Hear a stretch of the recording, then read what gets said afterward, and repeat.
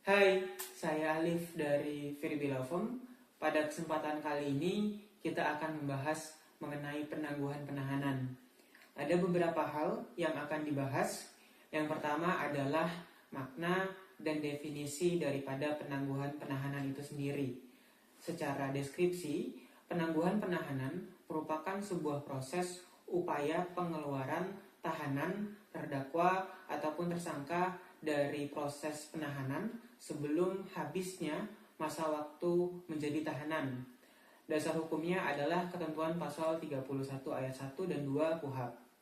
Adapun yang kedua adalah mengenai perbedaan penangguhan penahanan dan juga pembebasan penahanan. Secara definitif, sebagaimana yang telah dijelaskan sebelumnya, bahwa penangguhan penahanan merupakan proses pengeluaran tahanan dari masa ataupun waktu seorang tahanan ditahan dengan terpenuhinya beberapa persyaratan yang ditentukan oleh institusi penegak hukum. Tentu berbeda dengan pembebasan tahanan, yang mana proses pembebasan tahanan tidak perlu memenuhi syarat-syarat yang dilakukan atau diberlakukan oleh institusi penegak hukum, karena memang proses peradilannya, proses penegakan hukumnya sudah selesai dan dapat dilakukan proses pembebasan tahanan. Kemudian bahasan yang ketiga adalah mengenai kasus apa saja yang sebenarnya bisa dilakukan penangguhan penahanan. Sebagaimana yang telah diatur dalam pasal 31 KUHP sebagai dasar hukum penangguhan penahanan, tentu beberapa kasus tindak pidana dapat dilakukan proses penangguhan penahanan. Beberapa diantaranya seperti kasus pencurian, kasus pemerkosaan, kasus narkoba, kasus pembunuhan, korupsi, atau bahkan pemalsuan dokumen. Kemudian selanjutnya adalah terkait dengan syarat-syarat apa saja yang harus dipenuhi agar bisa mengajukan atau mendapatkan izin penangguhan penahanan itu sendiri.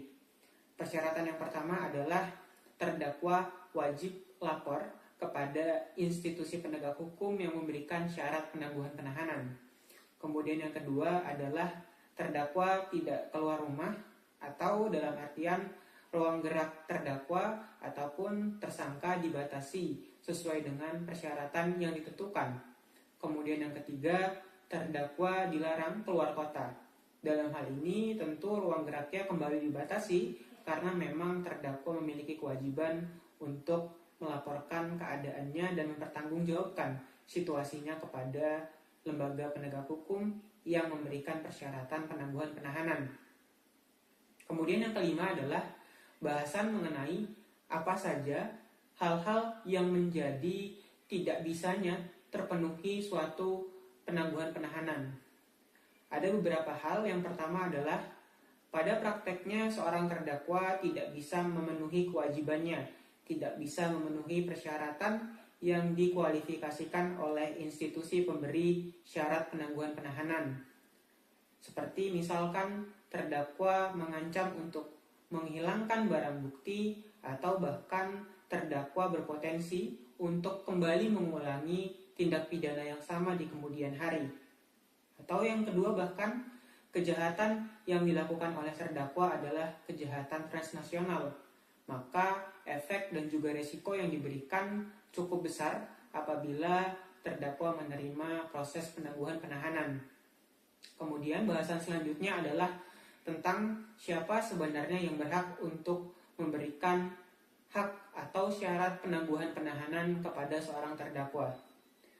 Wewenang penegak hukum secara spesifik sebenarnya tidak diatur dalam ketentuan peraturan perundang-undangan. Namun, sesuai dengan pasal 31 ayat 1, ketentuan perundang-undangan tersebut tidak membatasi institusi pengadilan, kepolisian, kejaksaan untuk bisa melakukan penangguhan penahanan kepada terdakwa yang memang telah memenuhi persyaratan untuk dilakukannya penangguhan penahanan.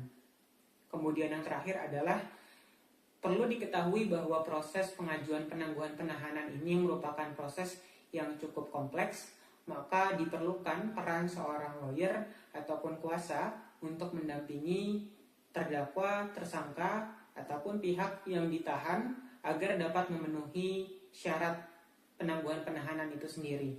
Yang pertama, dengan adanya seorang lawyer tentu dapat membantu memberikan konsultasi atau pemahaman terkait dengan proses pengajuan penangguhan penahanan. Kemudian yang kedua, seorang lawyer tentu akan memberikan bantuan hukum dan juga pendampingan kepada pihak yang memerlukan bantuan seorang lawyer ataupun seorang kuasa hukum.